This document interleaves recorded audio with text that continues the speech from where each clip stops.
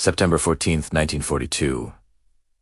The Tule Lake War Relocation Center in Northern California. High desert air carries the smell of sagebrush and dust. Wooden barracks stretch in precise rows across the barren landscape. Guard towers cast long shadows in the afternoon sun. Fumiko Tanaka stands at the entrance to a building that shouldn't exist. A library. An actual library, with shelves of books visible through the windows. Books in English, books in Japanese, magazines, newspapers.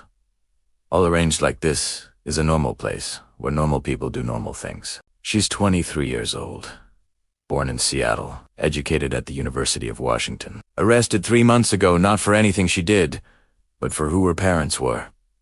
Japanese. That was the crime. That was enough. This is a trick, she thinks. They want to see what we'll read. What we'll say, who we'll become when we think they're not watching.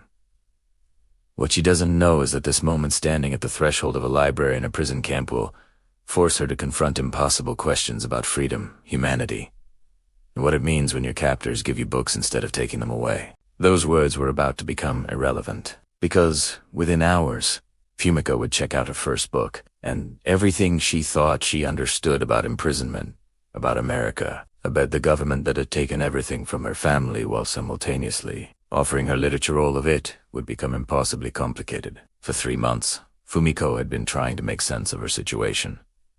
She was American, born American, raised American, spoke English better than Japanese, pledged allegiance to the flag every morning in school, believed in American democracy, American values, American promises. And then Executive Order 9066 happened. February 19, 1942. President Roosevelt signed it. The West Coast was declared a military zone. Anyone of Japanese ancestry, citizen or not, guilty or not loyal or not, was ordered to report for relocation. Fumiko's family had been given 10 days. 10 days to sell or store everything they owned. 10 days to pack what they could carry. 10 days to say goodbye to their home, their business, their life. They'd been transported to Tule Lake, assigned to a barracks with 3 other families, given cots, blankets, and the understanding that this was now their world. Barbed wire, guard towers, armed soldiers, and somehow, impossibly, a library. The other internees had whispered about it. Some said it was propaganda, a way to make the camps look humane to the outside world. Some said it was a trap they'd use library records to identify dissidents, troublemakers, people who read the wrong books. But some said it was real, that the librarian, a woman named Clara Breed, had advocated for it, that she'd fought to make sure the internees had access to books, education, culture, that she genuinely believed literacy mattered, even in prison. Fumiko didn't know which version to believe, but she was standing at the door anyway, because she'd always loved books, because reading was the only thing that had ever made her feel free, because even if it was a trap, she couldn't resist the possibility that it might be real. Across the American West, in 10 relocation centers housing 120,000 people of Japanese ancestry, the same scene was unfolding. Libraries were being established, books were being donated, education programs were being created, and the internees were confronting a cognitive dissonance that no one had prepared them for. They were prisoners, but they were being given books. They were being denied freedom, but they were being offered education. They were being told they were dangerous, but they were being treated as if their intellectual development mattered. How did the presence of libraries in American concentration camps create a moral paradox that both humanized the internees and made their imprisonment more psychologically complex? How did books become both a tool of control and a weapon of resistance? And why did the collision between imprisonment and education force everyone involved to confront uncomfortable truths about what democracy really meant? The answer lies in a hidden history that reveals the strange, contradictory, deeply American way that freedom and oppression coexisted in the same space, separated only by the pages of a book. To understand Fumiko's shock, We must go back to December 7th, 1941, when Pearl Harbor was bombed and Japanese Americans became suspect citizens overnight. The fear was immediate and overwhelming. Japanese forces had struck American soil. Thousands were dead. The West Coast believed invasion was imminent, and 120,000 people of Japanese descent two-thirds. Of them, American citizens were suddenly viewed as potential enemies. The government had a choice: investigate individuals suspected of actual disloyalty, or remove an entire ethnic population based solely on ancestry. They chose the latter. It was faster, it was simpler, it appeased public hysteria, and it was completely unconstitutional. Fumiko's family had owned a grocery store in Seattle. They'd lived in the same house for 20 years. Her father was a community leader. Her mother taught Japanese language classes at the community center. Fumiko herself had been studying to become a teacher. None of it mattered. On April 28, 1942, they received their evacuation order. Report to the assembly center. Bring only what you can carry. Leave everything else behind. What the government planners did unanticipate was what to do with 120,000 people once they de-imprisoned them. You couldn't just warehouse them. They needed food, shelter, medical care, sanitation. But they also needed something else, something to do. Some way to maintain dignity and sanity and humanity. Enter the librarians. Clara Breed had been the children's librarian at the San Diego Public Library. When the Japanese families in her community were ordered to relocate, Clara was devastated. These were her patrons. Children she'd helped learn to read, families she'd known for years. She couldn't stop the internment, but she could do something. She started sending books to the camps. She wrote letters. She advocated for library services. She became one of the voices arguing that if America was going to imprison these people, it had moral obligation to treat them humanely. Her advocacy worked. The War Relocation Authority agency running the camps approved library programs. They allocated funds, they solicited book donations. They hired librarians from among the internees themselves. It was pragmatic. Educated, occupied internees were less likely to cause problems. But it was also ideological. America was fighting fascism. America claimed to value freedom, education, democracy. Denying internees access to books would have looked too much like the enemy's tactics. So the libraries were built, stocked, opened, and the internees confronted the surreal reality of being prisoners with library cards. This wasn't just about books. It was about the fundamental contradiction at the heart of American democracy.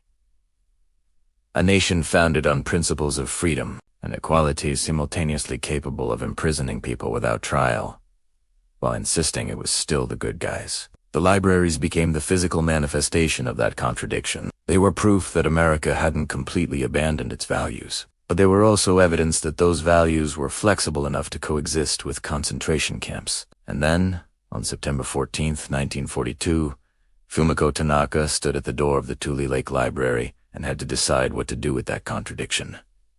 Fumiko steps inside. The library is small, but carefully organized. Fiction, non-fiction.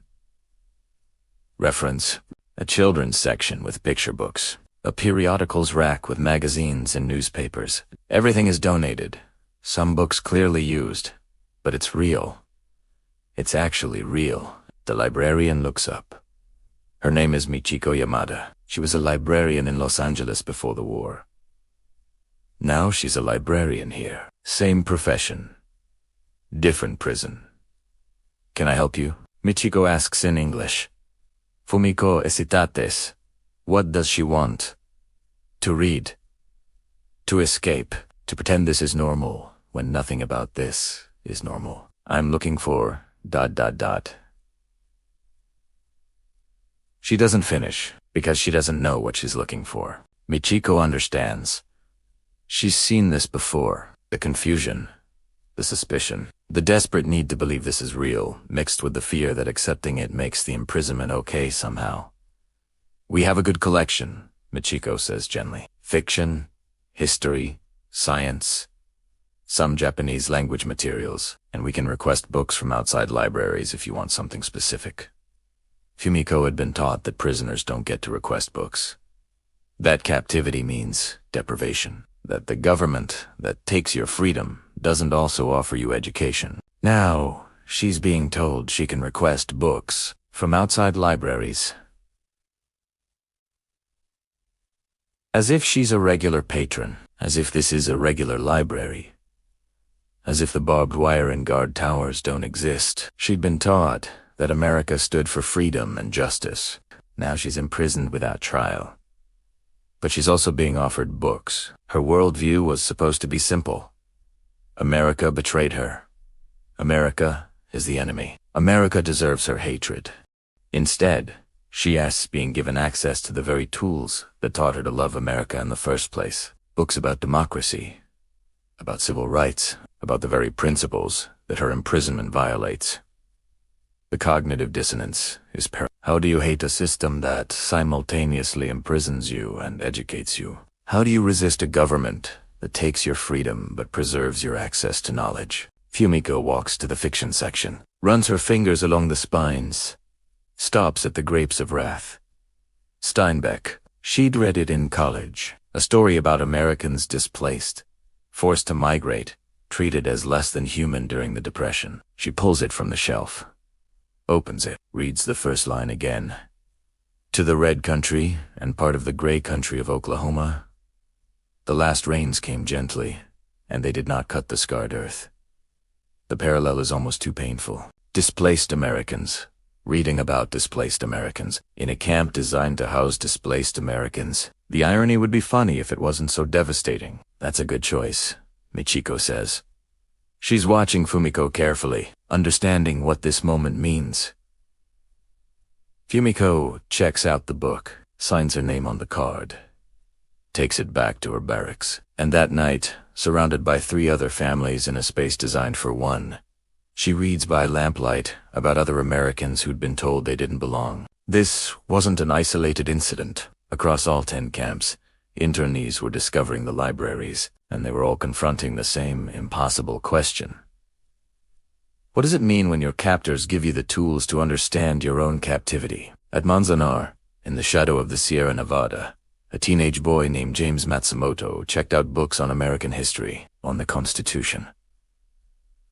On the Bill of Rights, he read about the principles his imprisonment violated, and his teacher Salso, prisoners, taught him about those principles as if they still mattered. At Heart Mountain in Wyoming, elderly SAU, who'd never been allowed to become citizens because of racist naturalization laws, were checking out English primers, learning the language of the country that had rejected them, preparing for a future they hoped would be different than the present. At Minidoka in Idaho, young women were checking out college textbooks. They'd been pulled out of universities mid-semester, their education interrupted by evacuation orders, but they were determined to continue learning, to be ready when if they ever got out. The libraries became spaces where the contradiction of the camps was most visible. In the library, you could almost forget you were imprisoned. You could almost pretend this was normal. You could lose yourself in stories and information and ideas. But when you left the library, the barbed wire was still there.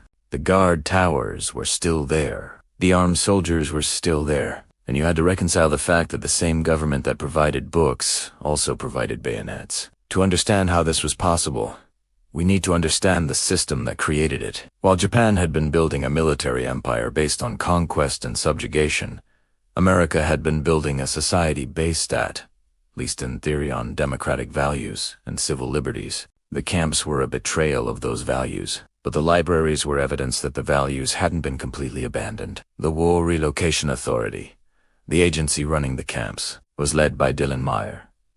He was caught between competing pressures.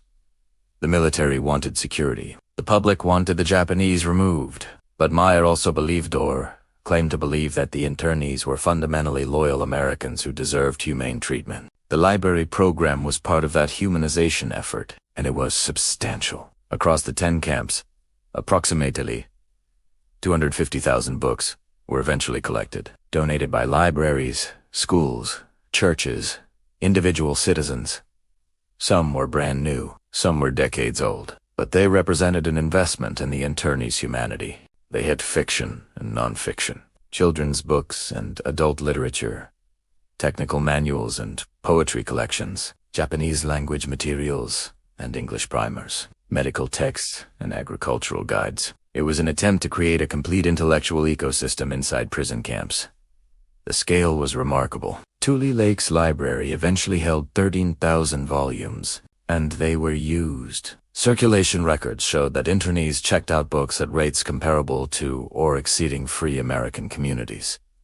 Reading became a primary leisure activity, a way to escape, a way to maintain connection to the outside world, a way to stay human. What seemed like simple humanitarian provision was actually a complex system designed to maintain control while preserving dignity. The books were carefully curated, nothing too radical, nothing that explicitly criticized the government, nothing that might inspire resistance. But they couldn't control interpretation. They couldn't control what internees took from their reading. They couldn't prevent books about American democracy from highlighting the contradiction of American concentration camps. Most surprising were the librarians themselves. Many were internees college-educated Japanese Americans who'd been librarians before the war. The government was essentially asking them to maintain a system that served their fellow prisoners, to collaborate in making imprisonment more bearable. Some refused. They saw it as collaboration with oppression. Others accepted, believing that providing intellectual resources to their community was an act of resistance in itself, that maintaining access to knowledge was a way of preserving dignity in an undignified situation. Michiko Yamada, the librarian at Tule Lake, had wrestled with this. She'd been offered the position and had almost refused. But she'd accepted, telling herself that books could be weapons too, that educated internees were more dangerous to injustice than ignorant ones, that the government might think libraries would pacify the population, but knowledge had a way of radicalizing people. She was right. The libraries did radicalize people, but not in the way anyone expected. 6 months after first entering the library, Fumiko has read 37 books. She's kept a list in a notebook. Fiction and non-fiction. History and philosophy.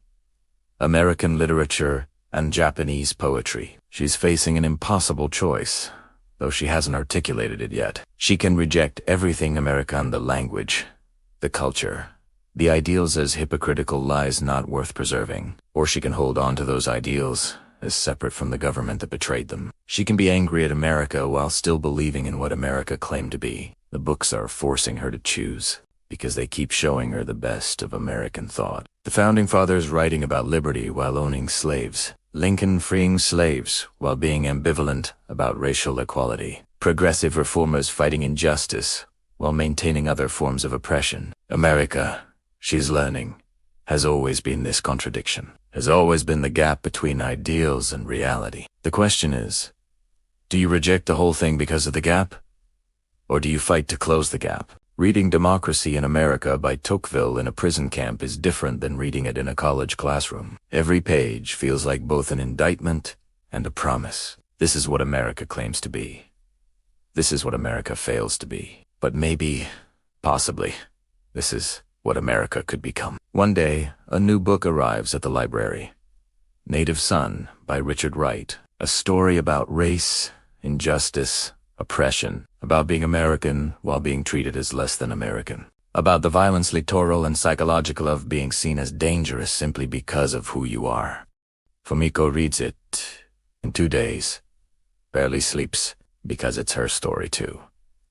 Different specifics, different community, but the same experience of being American while being told you're not American enough, being citizen while being treated as alien, being here while being told you don't belong. She finishes the book and understands something new. She's not alone in this contradiction.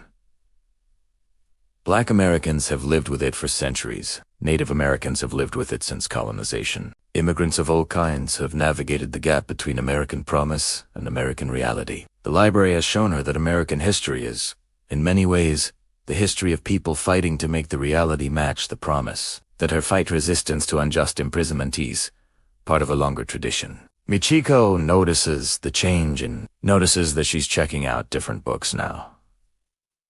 Political theory, civil rights history, legal texts about constitutional law. She's not reading to escape anymore. She's reading to understand. To prepare, to arm herself with the very ideas that her imprisonment violates. "You're becoming dangerous," Michiko says one day, half joking. Fumiko looks up from Civil Liberties in the United States by Samuel Walker. "Isn't that the point?" Michiko smiles. "The government thinks the library makes us docile, gives us something to do instead of causing problems. But they're wrong.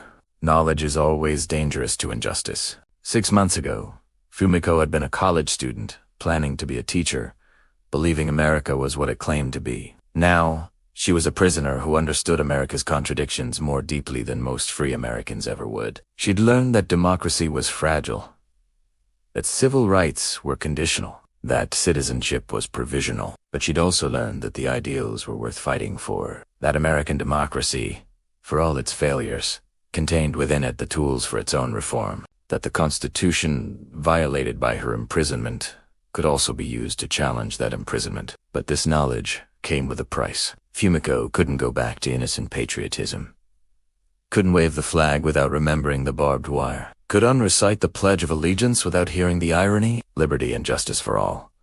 The library had educated her, but education meant losing the comfort of simple belief. She'd gained knowledge at the cost of innocence, and she'd never get that innocence back. This transformation wasn't unique to Fumiko. It was happening across the camps, creating a generation of Japanese Americans who understood American democracy in ways most Americans never would. At Manzanar, a group of young adults formed a reading group. They read political philosophy, discussed constitutional law, debated civil disobedience. The government had given them books, hoping to keep them occupied. Instead, they were using those books to develop a sophisticated critique of their own imprisonment. At Rower in Arkansas, high school students were reading American history and asking uncomfortable questions. If the Founding Fathers rebelled against unjust government, wasn't resistance to unjust imprisonment also patriotic? If civil disobedience was noble when Thoreau did it, why not when they did it? The teachers also, Internees, didn't have good answers, because the questions were good, because the contradictions were real. Because you can't teach American ideals in a concentration camp without highlighting the contradiction. Not everyone welcomed this awakening. Some internees wanted to believe the imprisonment was temporary, a wartime necessity, something that didn't fundamentally change what America was. They wanted to be loyal, wanted to prove their patriotism, wanted to believe that cooperation would lead to redemption. They saw the readers, the questioners, the critics as troublemakers, as people making things worse, as Japanese who didn't understand how to be American. But Fumiko and others like her had learned a different lesson, that true patriotism sometimes means criticizing your country, that loyalty to American ideals might require disloyalty to American government, that the most American thing you could do was to insist that America live up to its promises. For James Matsumoto at Manzanar, the price was family conflict. His father wanted him to be quiet, obedient, patient, wanted him to prove Japanese Americans were loyal by accepting their imprisonment without complaint. James wanted to fight, to file lawsuits, to demand his rights. They gave us books about freedom, James argued. Did they think we wouldn't learn what freedom meant? His father had no answer, because the contradiction was unanswerable. The ripples were spreading. The libraries had created an educated, politically conscious population of internees who understood constitutional law, civil rights, and the long American tradition of resistance to injustice. And some of them were beginning to act on that knowledge. The opposition came from everywhere. From within the camps, conservative I say, who believed the young were being disrespectful. From the camp administration, who wanted compliance, not criticism. From the American public, who saw any Japanese resistance as proof of disloyalty. But it also came from something more insidious, the realization that the libraries, meant to humanize the camps, were making the contradiction more visible, that you could simultaneously imprison people and educate them without creating people who understood their imprisonment was unjust. Some camp administrators began restricting library materials, books critical of government, books about civil disobedience, books by Japanese authors that might inspire ethnic pride. The collections were supposed to be carefully curated, but some books had slipped through. Now they were being removed. At Tule Lake, which became a segregation center for disloyal internees. The library was increasingly monitored. Who checked out what books? Who was reading political theory? Who was organizing reading groups? The very tool meant to demonstrate American values was being turned into surveillance. The government tried to justify the restrictions. These are dangerous times. We can't allow materials that might inspire resistance. The Internees' education is a privilege, not a right. If they misuse that privilege, it can be revoked. But the argument fell apart under scrutiny. If education is a privilege you can revoke, then it's not really education. It's indoctrination. And America was supposed to be different than countries that controlled what their citizens could read. Even some camp administrators began to question the policy. Colonel Carl Benditsen, who'd been instrumental in implementing the visited Manzanar and was disturbed by what he saw. Educated people living behind barbed wire, libraries and concentration camps. The contradiction was too visible. Either we believe in American values, or we don't, one administrator wrote in a memo. We imprison people for being Japanese and then act surprised when they stop believing in American democracy. The library policy makes sense only if we actually believe these people are Americans who deserve education. But if we believe that, why are they imprisoned? The memo was filed away. The contradiction remained unresolved. The moment came when Fred Korematsu, Gordon Irabajasi, and Minoru Jasui filed legal challenges to the internment. They argued that the camps violated constitutional rights. That citizenship meant something, that America couldn't imprison people without trials simply because of their ancestry. Their cases made it to the Supreme Court. And in the camps, internees followed every development. They read newspaper accounts.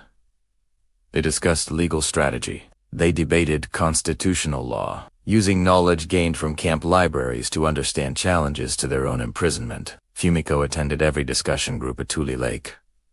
She'd read the relevant case law. She understood the legal arguments. She knew the likely outcomes, and she was preparing herself for a disappointment. Because she'd learned that American justice was also conditional, that the Supreme Court, which was supposed to protect rights, often deferred to government claims of military necessity, that during crisis, rights became flexible. The decisions came down in 1943 and 1944. The court sided with the government, upheld the internment, ruled that military necessity justified the violation of constitutional rights. Fumiko read the decisions in the library. The same library that had taught her about constitutional rights now held the court's conclusion that those rights didn't apply to her. She felt the books around her differently now. They weren't just knowledge. They were evidence. Evidence of promises America made but didn't keep. Evidence of ideals that applied selectively. Evidence that education could show you how you were being wronged but couldn't actually prevent the wrong. And then she saw something. In the dissenting opinions, Justices Murphy, Roberts, and Jackson had disagreed, had said the internment was wrong, had said that military necessity couldn't justify racial prejudice, had said that this decision would stand as a stain on American justice. It was the minority opinion. It didn't change the outcome. But it meant something. It meant that even in the government that imprisoned her, some people recognized the injustice. Some people were fighting for the ideals. Some people believed the promise mattered more than the temporary betrayal. What no one had known was that the library records were being kept. Detailed records of who checked out what books, who attended which discussion groups, who was reading political theory and constitutional law. Years later, when those records were finally released, they revealed something remarkable. The internees had educated themselves into becoming some of the most informed Americans about constitutional law, civil rights, and democratic theory. They used the very tools provided by their captors to develop sophisticated understandings of why their captivity was wrong. The irony was almost too perfect. The government had provided libraries thinking it would pacify the internees. Instead, it had created a generation of civil rights activists who would spend the rest of their lives fighting for the ideals they learned in prison camp libraries. For Fumiko, the victory was bittersweet. The legal challenges failed. The camps remained, but she'd transformed. She was no longer the innocent college student who'd believed in American democracy without understanding its limitations. She was someone who understood both the promise and the failure. Someone who'd fight for the promise while never forgetting the failure. By 1945, when the camps finally closed, the statistics were clear. Approximately 250,000 books had circulated through camp libraries. Over 120,000 people had access to education, literature, and information during their imprisonment. Thousands had completed high school or college courses. Hundreds had learned English or improved their literacy. Remember Fumiko Tanaka, who'd stood at the library door uncertain whether entering meant collaboration or resistance? 3 years later, she walked out of Tule Lake with an education she'd never have received in freedom. She'd read more widely, thought more deeply, understood American democracy more thoroughly than most free Americans. She'd lost 3 years of freedom, but she'd gained a political education that would shape the rest of her life. What seemed like a humanitarian gesture providing libraries in prison camps would eventually contribute to the Japanese-American redress movement. The internees who'd educated themselves in camp libraries became lawyers, activists, politicians. They used what they'd learned to fight for acknowledgement, apology, and reparations. The real heirs of this change were the Sansita third generation, the grandchildren of They grew up hearing stories about camp libraries, about reading American history in prison camps, about using the oppressor's tools against oppression.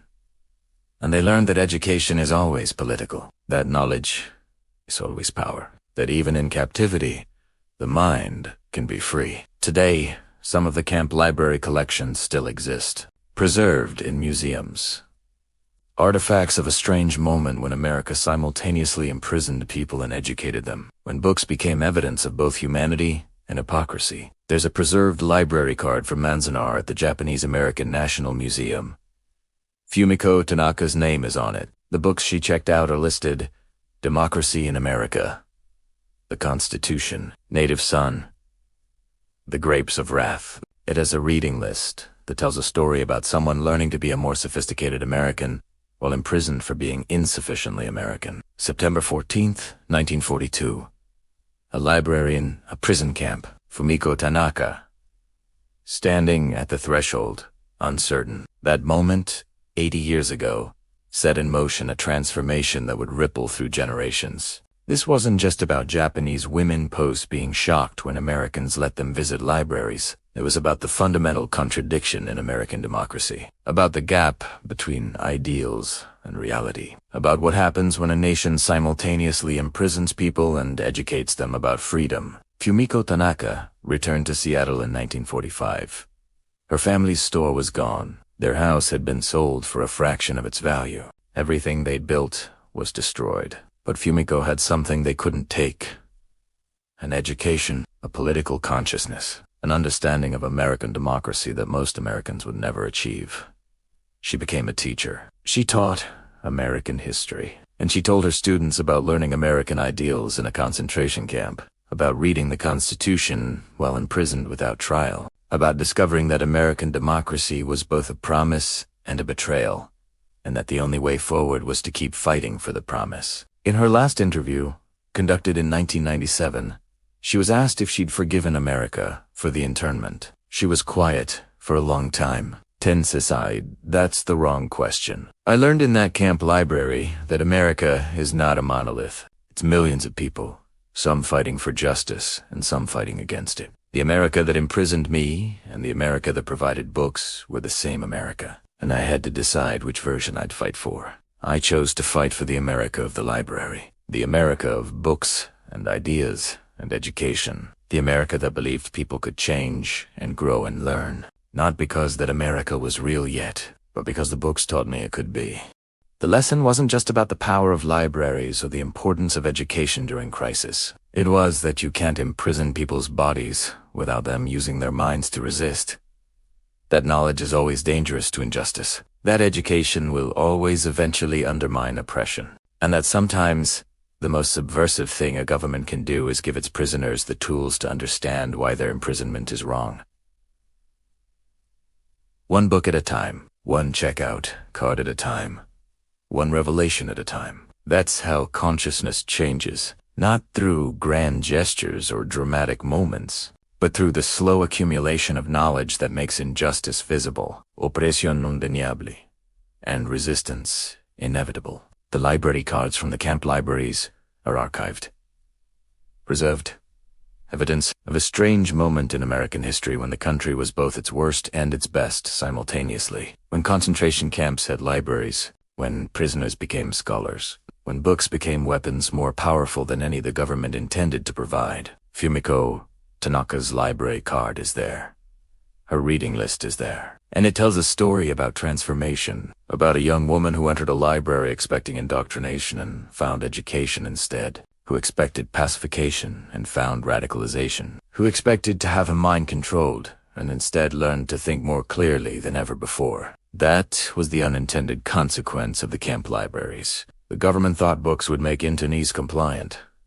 Instead, they made them conscious. Conscious of the contradiction. Conscious of their rights. Conscious that American democracy was worth fighting for, precisely because America had abandoned it. Books have that power. They always have. And even in a prison camp, surrounded by barbed wire and guard towers, that power remains. The power to transform. The power to educate. The power to free minds even when bodies remain captive. That's what Fumiko learned in the Tule Lake Library, and that's what she taught for the rest of her life. Education is freedom. Even when freedom is denied, education prepares you to reclaim it.